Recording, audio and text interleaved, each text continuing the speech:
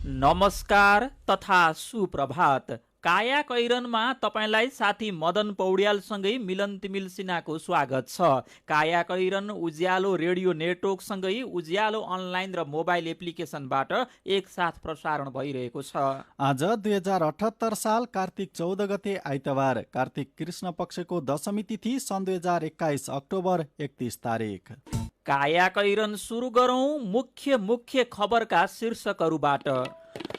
बक्सी आरोपमा हुने जघन्य अपराधका पीडित न्यायबाट सधैँ वञ्चित, पीडक पक्षले पहुँचका आधारमा प्रहरीलाई प्रभाव पार्दा न्यायमा समस्या। सरकारी अस्पतालमा दरबन्दी अनुसार डाक्टर नहुँदा बिरामी मर्कामा 12 वर्ष माथिका सबै बालबालिकालाई पुग्ने गरी मोडर्ना र फाइजरको थप खोप ल्याइँदै। मोडर्नाको हामीले 40 लाख मात्रा खोपहरू ल्याउने कामहरू अगाडि बढिसकेका छ र फाइजरको खोप हामीले 60 लाख मात्रा ल्याउने गरी प्रक्रिया अगाडि बढिसकेको छ।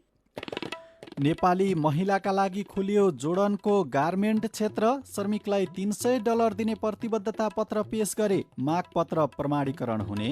G20 शिखर सम्मेलन सुरु, कोरोना महामारी र जलवायु परिवर्तनमा केन्द्रित कोप 26 सम्मेलन आजदेखि ग्लास्गोमा सुरु हुँदै।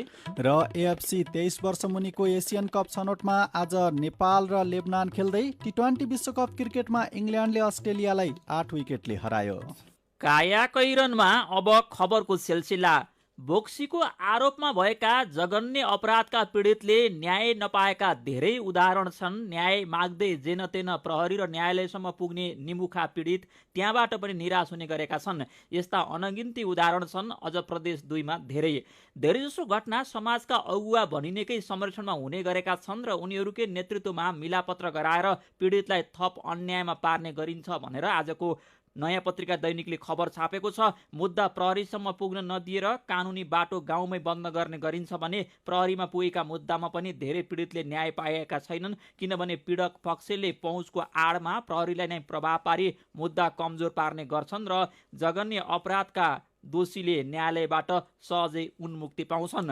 बोक्सीको आरोपमा भएको हिंसा विरुद्ध पछिल्ला 4 वर्षमा मात्रै प्रहरीमा 186 वटा मुद्दा दर्ता भएका छन्। मानव अधिकार आयोगकी पूर्व आयुक्त मोहना अन्सारीले प्रहरीमा दर्ता भएका मुद्दा कुल घटनाका 10% मात्रै भएको बताउनु भएको छ। यसैगरी प्रदेश 2 का आन्तरिक मामिला मन्त्री भरत प्रसाद शाहले प्रदेश सरकारबाट विज्ञप्ति मार्फत सहानुभूति जनाउने काम मात्र भएको बताउनु भएको नयाँ पत्रिकाले छापेको छ।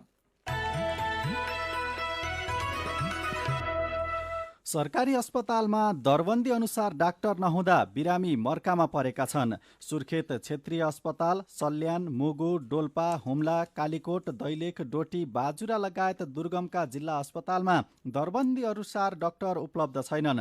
डाक्टर अभावकै कारण कर्णाली र सुदूरपश्चिममा बिरामी कष्टकर यात्रा र महँगो शुल्कको दोहोरो मार खेप्दै निजी अस्पतालमा उपचार गर्न बाध्य छन्। नजिकका सरकारी अस्पतालमा डाक्टर नहुँदा कतिपयले अकालमै ज्यान गुमाउनु परेको छ। डाक्टर अभावको यस्तो तीतो वास्तविकता बीच सरकारी छात्रवृत्तिमा पढेका डाक्टरले भने सरकारसँग अस्पतालमा खटाइदेऊ भनेर याचना गर्दा पनि नियुक्ति पाउन महिनौं कुर्नुपर्ने बाध्यता छ। छात्रवृत्ति प्राप्त डाक्टर तथा स्वास्थ्यकर्मी परिचालन निर्देशिका 2071 अनुसार सरकारसँग कबुलियत गरी छात्रवृत्तिमा अध्ययन गरेका डाक्टर तथा स्वास्थ्यकर्मीले विभागले खटाएको स्वास्थ्य संस्थामा न्यूनतम 2 देखि अधिकतम 5 वर्षसम्म करारमा काम गर्नुपर्ने व्यवस्था छ। स्वास्थ्य विभागको छात्रवृत्ति शाखाका उपसचिव महेश पाण्डेलले सुगम क्षेत्रमा जान डाक्टरहरूले सोर्स लगाउने गरेको स्वीकार गर्नुभयो। नेपाल मेडिकल काउन्सिलका अध्यक्ष डाक्टर भगवान कोइरालाले नियुक्ति प्रक्रियामा समय लाग्ने भन्दा पनि पहुँचका भरमा सुगम क्षेत्रमा जान चाहने डाक्टरका कारण समस्या आउने गरेको बताउनु भएको छ। प्रसारण लाइनको अभावमा उत्पादित बिजुली खेर जाने अवस्था छ। अर्कातिर विद्युत प्राधिकरणले अघि बढाइरहेका आयोजनामा भने कुनै समस्या नदेखिएको र तोकिएको समयभित्रै निर्माण सम्पन्न भएर सञ्चालनमा आएको अपवाद बाहेक भेटिँदैन। प्रसारण आयोजनामा जग्गा मुआब्जा, राइट अफ वे विवाद र वनसँगका अन्तर्निकाय लगायत समन्वयमा देखिने समस्या बाधक रहेको प्राधिकरणका प्रसारण निर्देशनालय प्रमुख दीर्घयु कुमार श्रेष्ठले बताउनुभयो।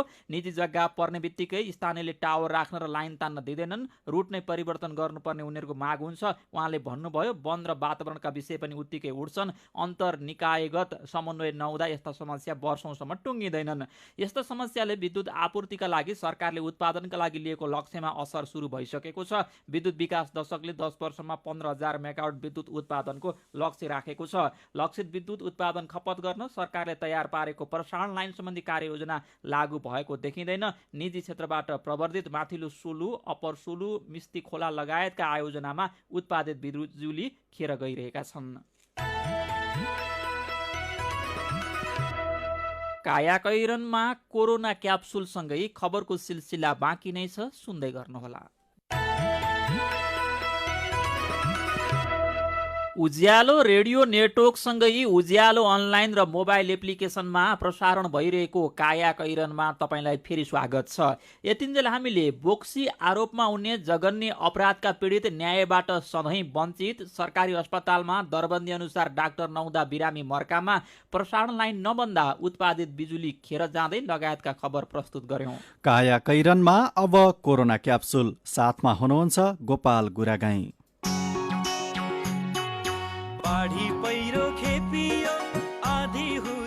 Corona capsule season 2 capsule number 121। आजको क्याप्सुलमा छलफल र जानकारीको विषय फाइजर खोप लगाउने प्राथमिकतामा परेका व्यक्ति र बालबालिकाको खोप। क्याप्सुलमा समावेश मात्रा 4। आजको क्याप्सुलमा कानका लागि जानकारीका मात्रा दिने पाहुना स्वास्थ्य तथा जनसङ्ख्या मन्त्रालयका सहप्रवक्ता डाक्टर समीर कुमार अधिकारी।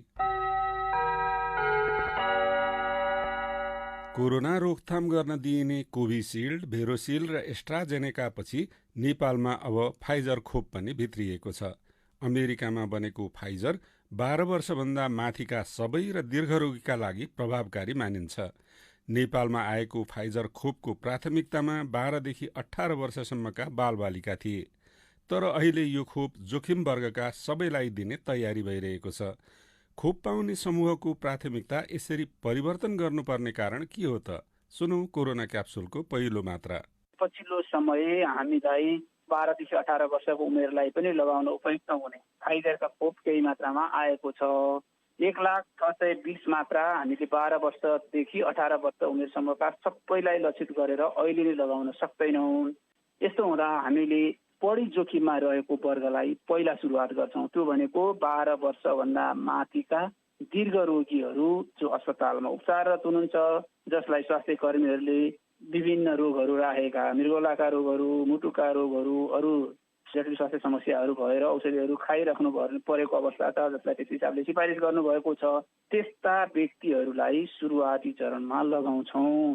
के त्यसो हो भने अहिले आएको फाइजर खोप यसअघि खोप लगाउन नपाएका 18 वर्षभन्दा माथिका सबै दीर्घरोगका बिरामीले पाउँछन्? जवाफ थाहा पाउन सुनौ कोरोना क्याप्सुलको दोस्रो मात्रा। यदि कोही फट्टफुट्ट हुनुहुन्छ र अस्पतालमा भर्ना हुनुहुन्छ, जसलाई पहिले हामीले प्रयोग गरेको खोप लगाउनका लागि चिकित्सकीय हिसाबले सिफारिस भएको थिएन, त्यस्ता कोही हुनुहुन्छ भने त्यो वर्गलाई पनि हामीले समेट्नुपर्ने हुनसक्छ। त्यसै अनुसारले हामीले अहिले तयारीहरू गरेका छौँ। अमेरिकामा बुस्टर डोज अथवा तेस्रो पल्ट फाइजर खोप लगाएपछि यसको चर्चा संसारभर चुलियो। चर्चाकै कारण फाइजर खोप लगाउन चाहने मानिस नेपालमा पनि धेरै छन्। तर नेपालमा आएको खोपको मात्रा भने सरदर 1 लाख मात्रै छ। नेपालमा आएको फाइजर खोप कुन कुन अस्पतालमा कहिले कहिले दिइँदैछ त? कोरोना क्याप्सुलको तेस्रो मात्रा यसै विषयमा छ। काठमाडौँ उपत्यका भित्रका 9वटा अस्पतालबाट सुरु गर्छौँ। काठमाडौँ उपत्यका बाहिरका 15वटा अस्पतालबाट सुरु गर्छौँ। खोप लगाउने तिथि मिति हामीले पछि सार्वजनिक गर्छौँ र यसका बारेमा सबै सूचनाहरू हामी बिस्तारै सबै स्थानीय तहसम्म पुग्ने गरी सम्प्रेषण जसरी गरेका छौँ त्यो गर्दै जान्छौँ। तिहारपछि विद्यालयहरू खुल्दैछन्। शिक्षक शिक्षिकाले त विद्यालय खुल्नु अघि नै खोप लगाइसके, तर नेपालमा 18 वर्ष मुनिका बालबालिकालाई दिइने मोडेर्ना र फाइजर खोप देशमै आएको छैन। विद्यालय जाने बालबालिकाको फाइजर र मोडेर्ना खोप कहिले आउँछ र उनीहरूले कहिलेदेखि खोप लगाउन पाउँछन्?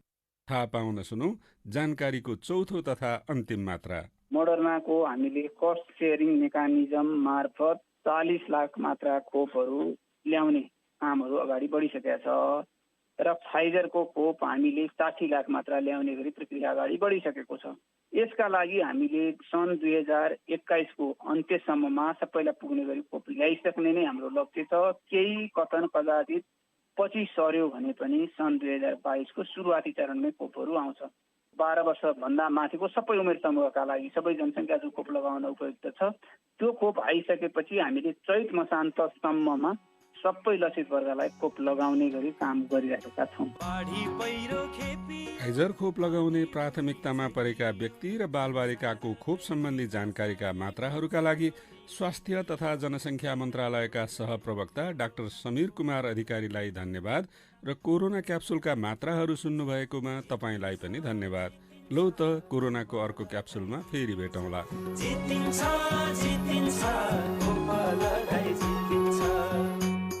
काया कैरनमा खबरको सिलसिलासँगै कार्टुन पनि बाँकी नै छ, सुन्दै गर्नुहोला। सीधा कुरा प्रष्ट विचार काठमाडौँमा 90 मेगाहर्ज उज्यालो रेडियो नेटवर्क मार्फत देशभरिका विभिन्न एफएम स्टेशन तथा उज्यालो अनलाइन र मोबाइल एप्लिकेसनमा प्रसारण भइरहेको काया कैरनमा तपाईलाई फेरि स्वागत छ। अब बाँकी खबर। नेपाली महिलाका लागि रोजगारीको प्रमुख गन्तव्य जोडनमा गार्मेन्ट क्षेत्रमा पनि जाने बाटो खुलेको छ। गार्मेन्ट कम्पनीहरूले श्रमिकलाई तलब र सेवा सुविधा सहित $300 दिने प्रतिबद्धता पत्र दूतावास समक्ष पेश गरे मागपत्र प्रमाणीकरण गर्ने परराष्ट्र मन्त्री नारायण खड्काले निर्णय गर्नुभएको हो। घरेलु श्रमिकका लागि भने जोडन खुल्ला नै छ। नेपाल र जोडनको श्रम सम्झौता अनुसार घरेलु श्रमिकको तलब $300 निर्धारण गरिएको छ भने गार्मेन्ट क्षेत्रमा जाने श्रमिकको तलब निर्धारण गरिएको थिएन।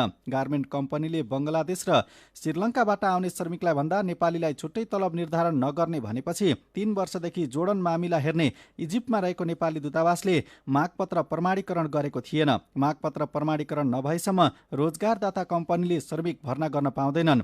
रोजगारदाता कम्पनीबाट श्रमिकको शोषण भएको भन्दै श्रम रोजगार तथा सामाजिक सुरक्षा मन्त्रालयले 2075 जेठदेखि मागपत्र प्रमाणीकरण गर्ने अधिकार सम्बन्धित दूतावासलाई दिएको थियो। जोडनका गार्मेन्ट कम्पनीहरूले सबै देशका श्रमिकहरूका लागि समान हुने गरी न्यूनतम तलब $186 तोकेका छन्। परराष्ट्र मन्त्रालयका सहसचिव हरिशचन्द्र घिमिरेले न्यूनतम तलब, ओभरटाइम र अन्य सुविधासहित $300 पुग्ने भएकोले मन्त्रालय श्रमिक पठाउन तयार रहेको बताउनुभयो। गार्मेन्ट क्षेत्र महिला र पुरुष दुवैका लागि खुल्ला गरिए पनि नेपाली महिलाले बढी प्राथमिकता पाउने अपेक्षा गरिएको छ।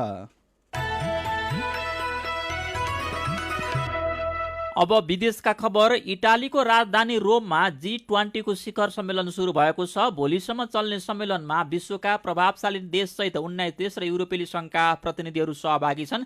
सम्मेलनमा भौतिक वा भर्चुअल माध्यमबाट सहभागी हुन मिल्ने व्यवस्था गरिएको छ। चीनका राष्ट्रपति सी जिनपिङ, रुसी राष्ट्रपति भ्लादिमिर पुटिन लगायतका केही शीर्ष नेताहरू भर्चुअल माध्यमबाट सहभागी भएका छन्। सम्मेलनमा विशेष गरी जलवायु परिवर्तन, कोरोना भाइरस महामारी, पुरानै अवस्थामा फर्किने प्रयास लगायतका विषयमा छलफल केन्द्रित छ। यस्तै संयुक्त राष्ट्रसङ्घीय जलवायु परिवर्तन सम्बन्धी संरचना महासन्धि UNFCCC का पक्षी देशहरूको 26औं सम्मेलन COP26 सुरु हुँदैछ। यो सम्मेलन इटालीसँगको सहकार्यमा बेलायतको आयोजनामा आजदेखि स्कटल्यान्डको ग्लास्गोमा सुरु हुन लागेको हो। जलवायु परिवर्तन सम्बन्धी अहिलेको सम्मेलन COP26 लाई पेरिस सम्झौता पछिको सबैभन्दा महत्त्वपूर्ण सम्मेलनका रूपमा हेरिएको छ।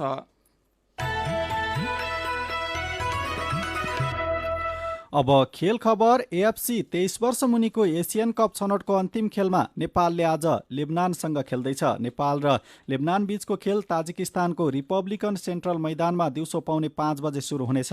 नेपाल र लेबनान यसअघिका 2 खेलमा पराजित हुँदै प्रतियोगिताबाट बाहिरिसकेका छन्। छनौटको समूह B मा रहेको नेपाल पहिलो खेलमा इरानसँग 4-0 र दोस्रो खेलमा ताजिकिस्तानसँग 6-0 गोल अन्तरले पराजित भएको थियो। अङ्कविहीन नेपाल अङ्क तालिकाको पुछारमा छ। खेलकै अर्को खबरमा इङ्ग्लिस प्रिमियर लिग फुटबलमा म्यान्चेस्टर युनाइटेडले टोटनहमलाई हराएको छ। गैराती भएको खेलमा युनाइटेडले टोटनहमलाई 3-0 गोलले हराएको हो।